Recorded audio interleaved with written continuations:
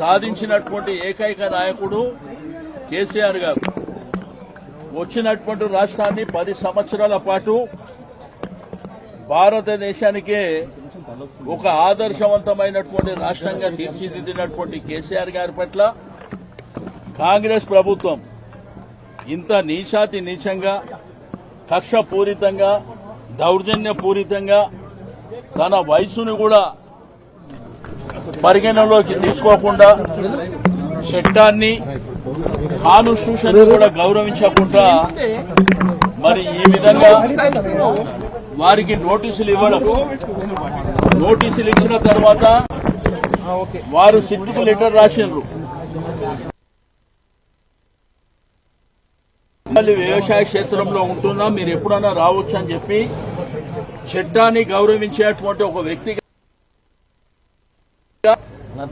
ఇక్కడ దొంగతనంగా ఈ ప్రాంతానికి వచ్చి అనవసరమైనటువంటి లేనిపోని సమస్యల్ని క్రియేట్ చేయడమే కాకుండా నోటీసు మళ్ళా వచ్చి గోడ కతికించేటువంటి వ్యవహారాన్ని చేశారు.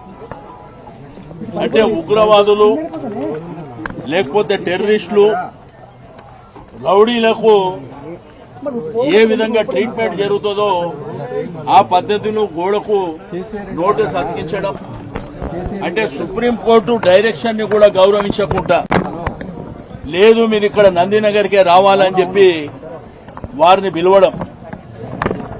బట్ ఈరోజు చట్టాన్ని గౌరవించేటువంటి వ్యక్తిగా వారు వచ్చి మరి ఇప్పుడు ఆ విచారణలో పాల్గొనడం అనేది జరుగుతుంది.